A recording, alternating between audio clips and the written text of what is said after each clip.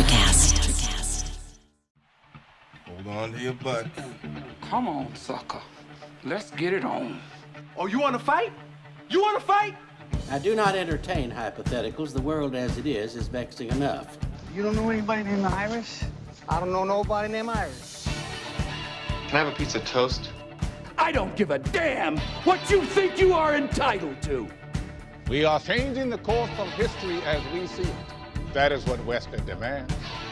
How could you do this to me? Really, I want to know. Why did you do that? What you feel only matters to you. Step back for 1 minute and look at the big picture. And that's all? No, not for the real fire. We offer you bond, a family that very few can understand. Help me. Help you. And don't do drugs.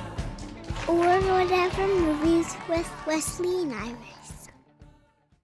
What up, and welcome to Or Whatever Movies. I am your co-host, Iris, and I am here with my older brother, Wesley. Today we're reviewing a movie from 2020, a new release currently available on Apple TV+, On the Rocks. On the Rocks. Definitely an Apple TV film in the same way The Banker was an Apple TV film. Am I right? And what do you mean by that, my dear brother Wesley? My dear sweet brother Wesley. It looked very sterile, didn't it? I mean, it was crisp and clean. It was the most New York movie I've ever seen. If we're going with the clean, rich aspect of New York. You know, I've been thinking a little bit about this, and I feel like Sophia has the confident, staid hand of a cinematic aristocrat, of someone who's grown up in the industry, who has a cinematic legend for a father, siblings in the industry, husbands in the industry, and directs with a kind of restraint and confidence that almost makes her kind of boring. So it could have gone two ways. She could elevate the material because she has such a staid hand, or she could polish turds.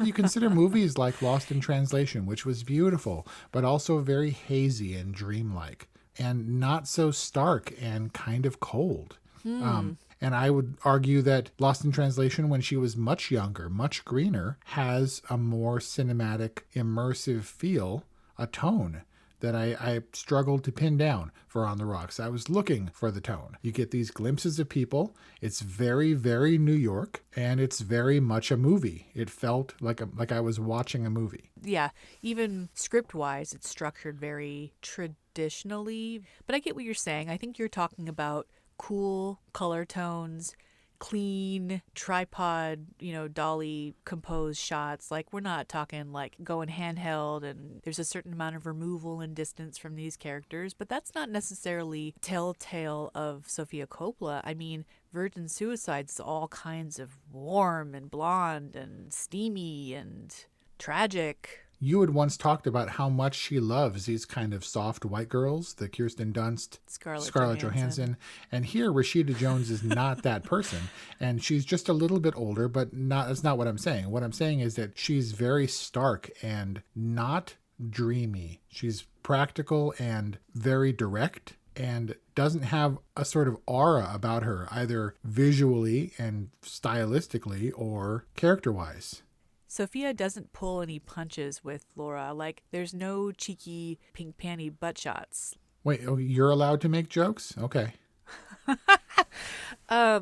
Because that opening shot of Lost in Translation of Scarlett Johansson's butt, it's so in your face that this director has a point of view and a sense of humor. We don't get that from Laura. You're saying that she's not fully fleshed out. Yeah, everybody is 2D except for Bill Murray. And our protagonist, this person that we're supposed to feel for, is two-dimensional. I mean, we've talked about the Bechdel-Wallace test in the past, and this is a movie about a woman that doesn't pass the Bechdel-Wallace test. Every single conversation she has is about Marlon Wayans. And it's kind of super frustrating. I do agree. Not only does she spend the entire movie focused on Marlon Wayans' character, but every other female character is also just talking about a dude. This is what I'm saying. And come to think of it, Lost in Translation and even Virgin Suicides are very anti-rom-com. maybe this was an anti-rom-com, which is maybe Sophia Coppola's thing. But yeah, I was shocked by how developed she is as a filmmaker and how poorly she handled, I don't know that it's a feminist role, but just her character development for women in this day and age was shocking. The whole movie, I think, is typified by Jenny Slate's nonstop chatterbox friend in line. She's so one note. Jenny Slate is a talented comedian, never does more than ramble, so much so that I tuned her out too, along with Laura. Right, and she's supposed to be the insufferable friend, whereas our character is equally insufferable in her angst and her midlife crisis-y thing that she's going through. But it's not shocking that this film comes from Sophia Coppola. Sophia Coppola makes a lot of movies where nothing happens. Marie Antoinette, The Bling Ring, like these are movies where from A to B, nothing really happens. But when you have characters who lack in substance, it makes it really hard to luxuriate in their experience. Laura is simply an extension of her husband and a function of her children. Unfortunately, yeah. It's really hard to sympathize for her and what she's going through, not to mention how deplorable their communication is. The communication between husband and wife. I get it, communication is hard, and if they were great communicators, we wouldn't have a movie, but come on.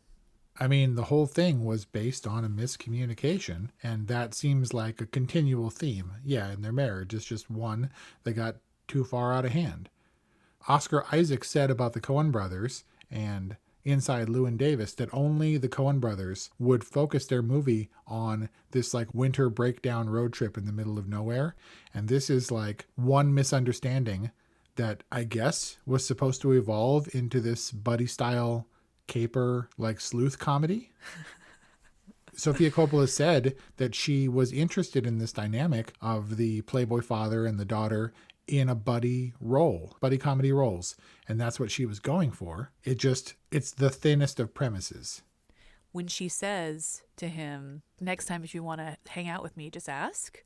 I thought that was really true and kind of invalidated their whole experience, because I wanted to believe that her dad simply wanted to protect her or wanted to help her, ostensibly through this by equipping her with the information that she needed to get ahead of how she was going to feel when the truth came out, whatever it could be. But really, when it came down to it, he just wants to have fun. And that's what he says to her in Mexico. He says, "What happened to you? You used to be fun." And that's his only response to her, expressing to him that she has real problems with him and what he did when she was young. And she's marveling at her ability to have a relationship at all with a father like him. I'm not sure where I'm going with this, but well, it seems like you're giving some credence to characters that I feel like were pretty slight. I mean, it's generally what criticism does, right? We try to lend themes to things that may not be able to bear the weight of those themes. As a concept, his character was a one-note playboy dad who was kind of aloof and meant to be funny, but Bill Murray brings so much more to any role that he plays. Unabashedly great in this movie, I think, and definitely the standout character for what could have been two-dimensional, playing against Rashida Jones. If I were to ascribe some level of depth to this movie and to that character, the best that I can come up with is that his daughter, whom he fiercely loves, wants her to be happy, and even goes so far as to have that awkward interaction with Marlon Wayans when he's coming home. Obviously, because he feels like his daughter has been slighted. It's not like I can have fun, with anybody.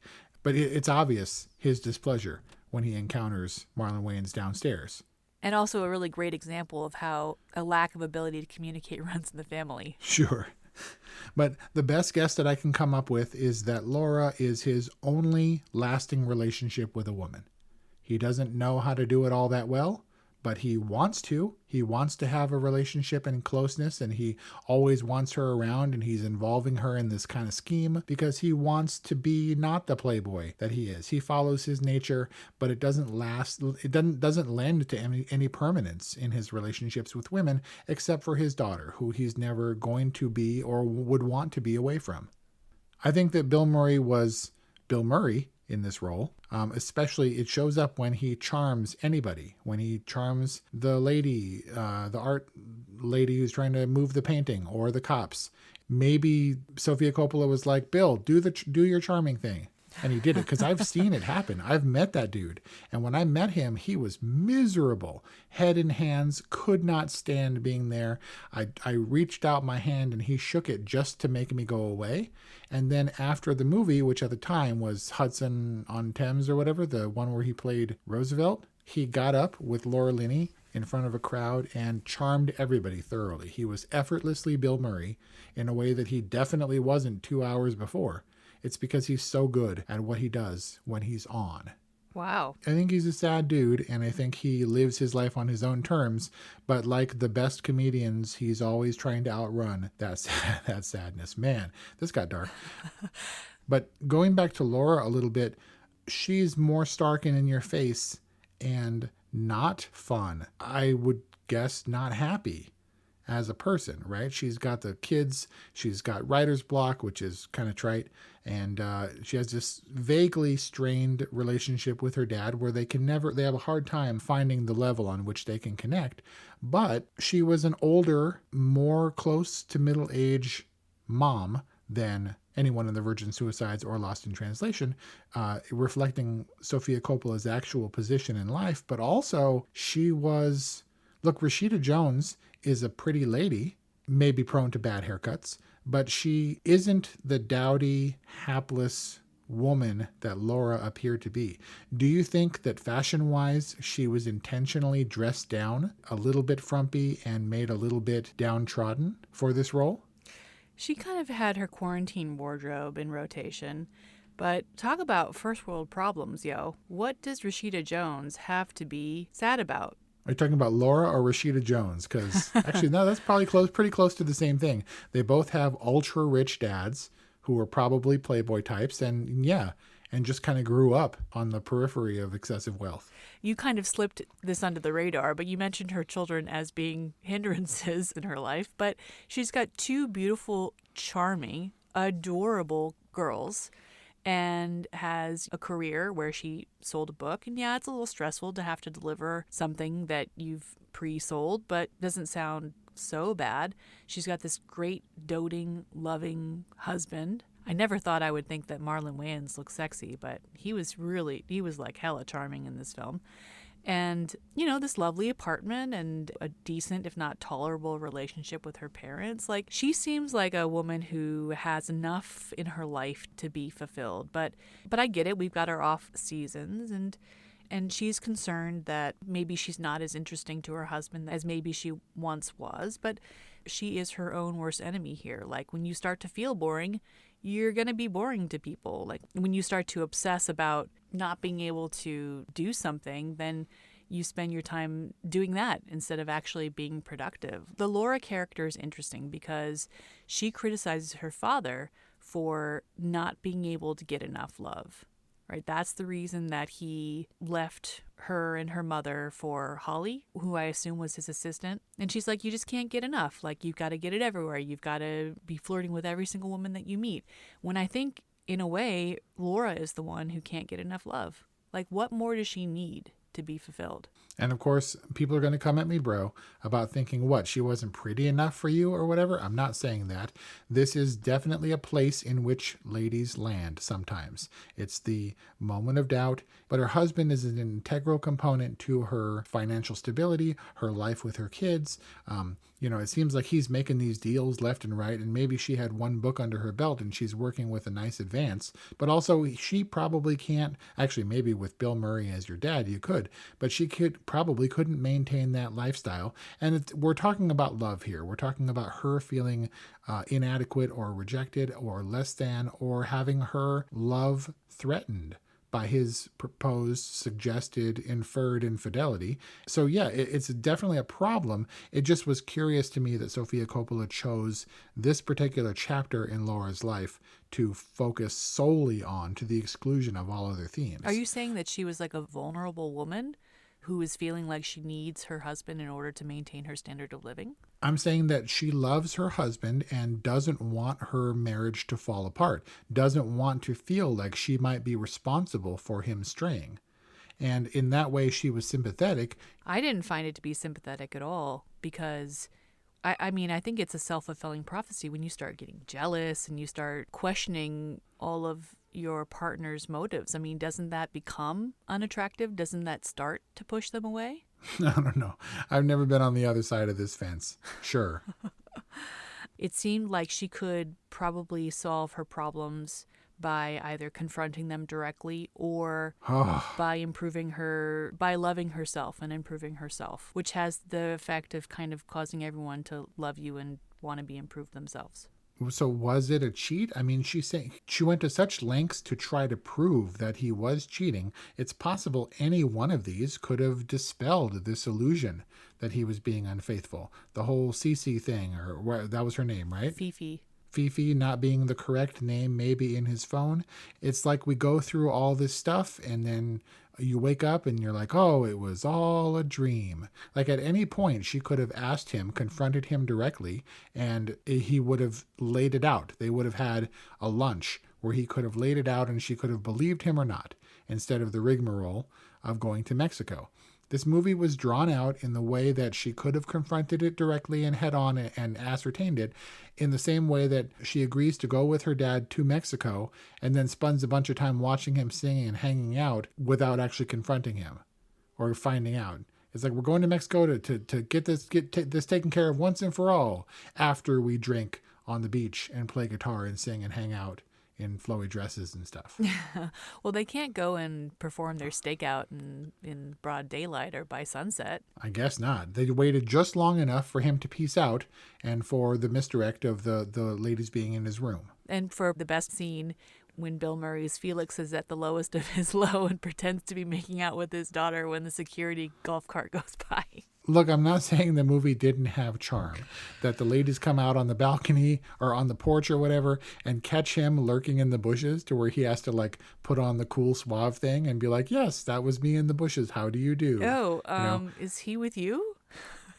It's pretty awkward and funny in a way that Bill Murray can make still funny and endearing.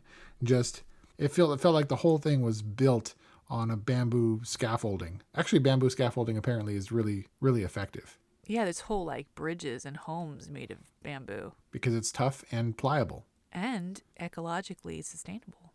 This movie, maybe not tough, pliable, and certainly not ecologically sustainable. This was like an upscale New York sushi restaurant of a movie. It felt very cold. It felt very expensive, unsatisfying. Ask and you shall receive. Yeah. Inauthentic. Alfa Romeos and stuff and expensive apartments. And I like Sophia Coppola. Like you, I'm a big fan of The Virgin Suicides, Lost in Translation in particular. I think Somewhere or Elsewhere or Therewhere or whatever it was kind of the beginning of the end. Oh, she was great in The Godfather 3. Dude, don't. Maybe this assured and steady hand doesn't also mean the best contemporary relevant judgment. Yeah, but we're not talking about filmmaking shortcomings here, are we? I'm focusing on what I love about On the Rocks, and that is Bill Murray specifically. I don't even know his dad character's name.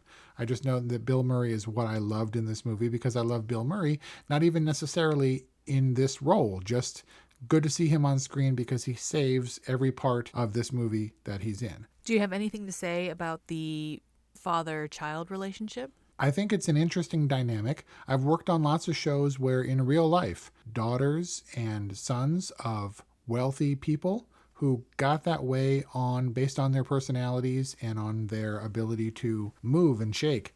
Those personalities don't tend to lend themselves very well to the doting dad. Like, it must be really hard, but there's no shortage of these types of relationships in Hollywood.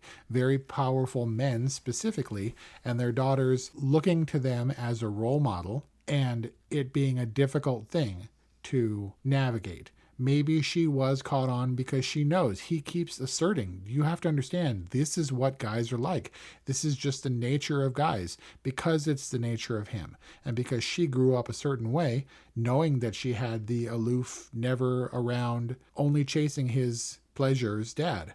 And so in that way, it felt real, and it could have been based on real life. Sophia Coppola said that it was based on a story that a friend told her, but she definitely understands what it's like to have an immensely rich and powerful father and how difficult that can be when she just wants to play Tea Party with him or whatever while growing up. But these roles, these father characters, have to inform us of Sophia Coppola's life, right?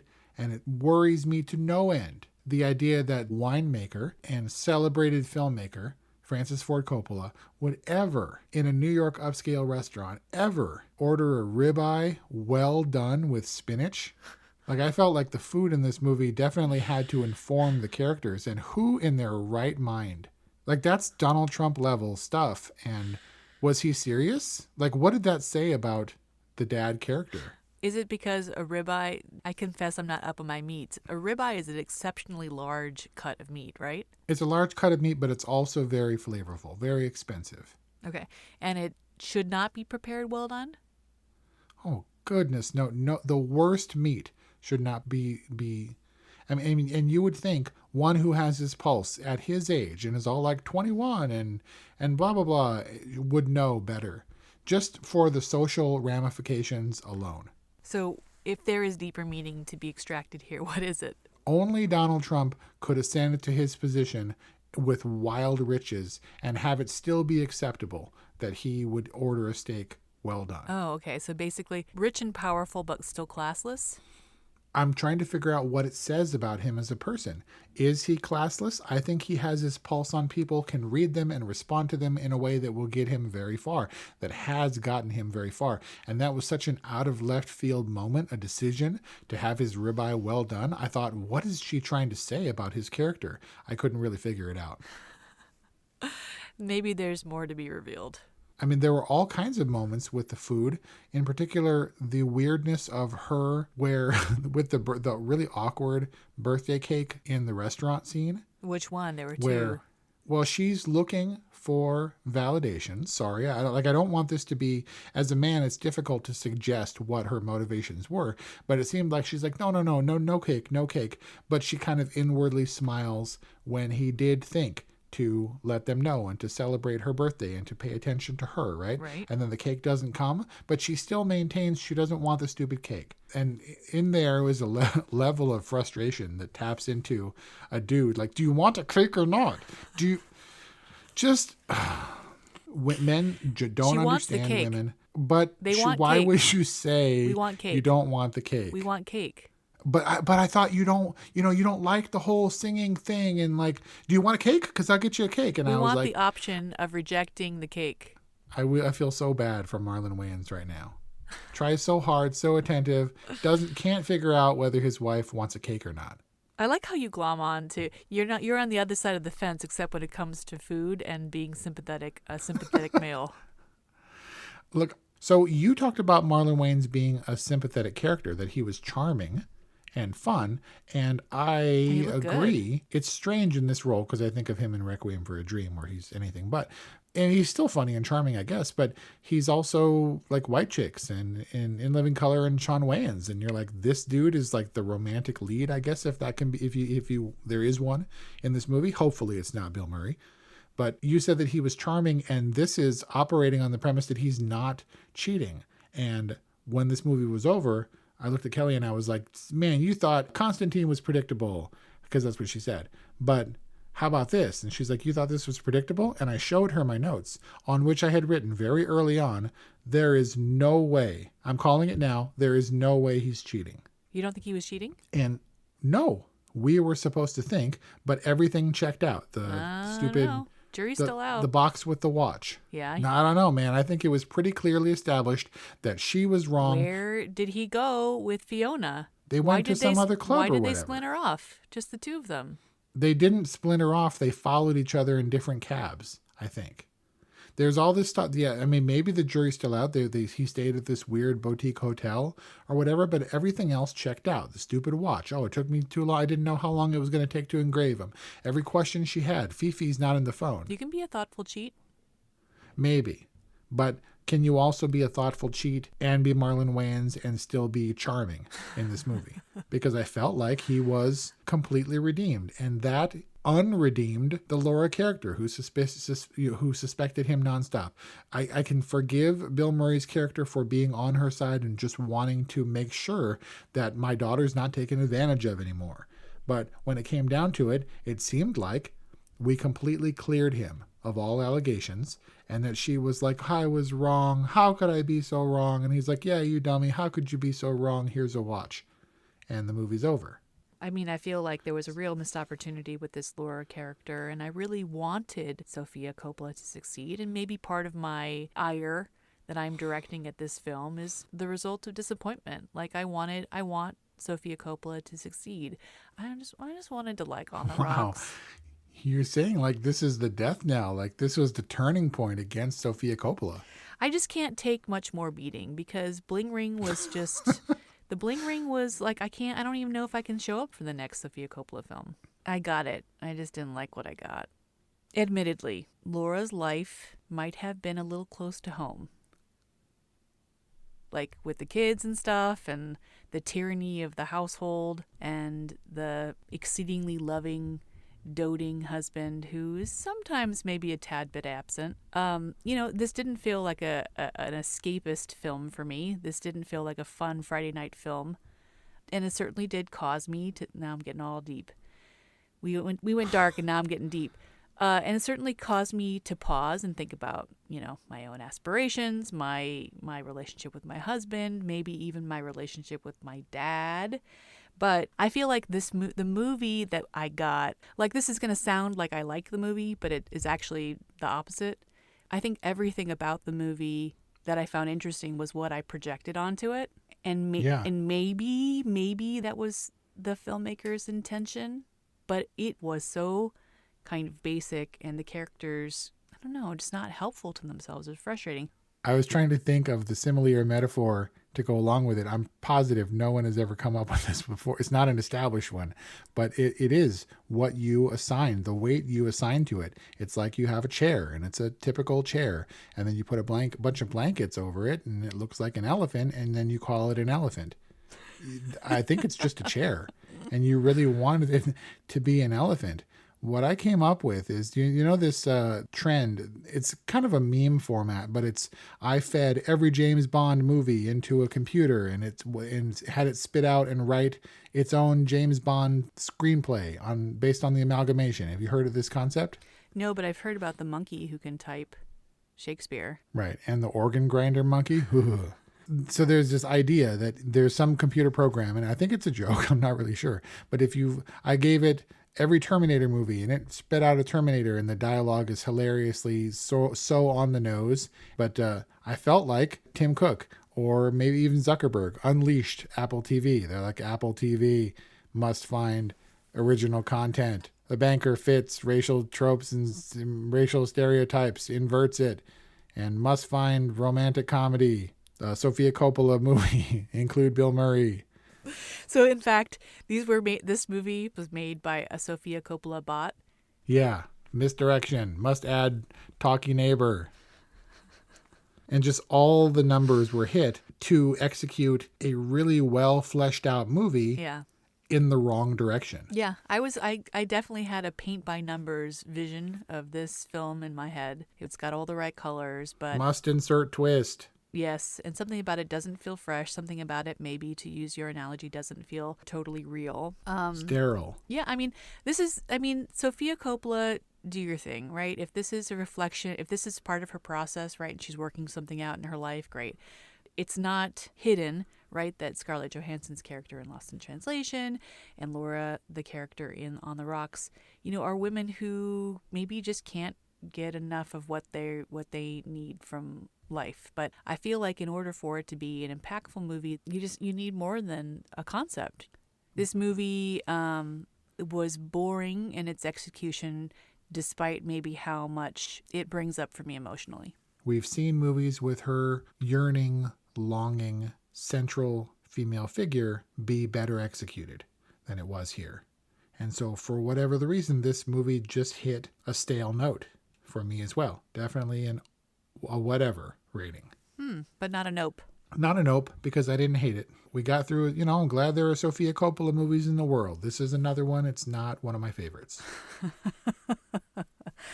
There you got it. A whatever, which I think is a little generous, from Wes, and a boring from Iris. That's our review on the Rocks. the latest film by director Sophia Coppola, writer-director Sophia Coppola, and currently streaming on Apple TV+.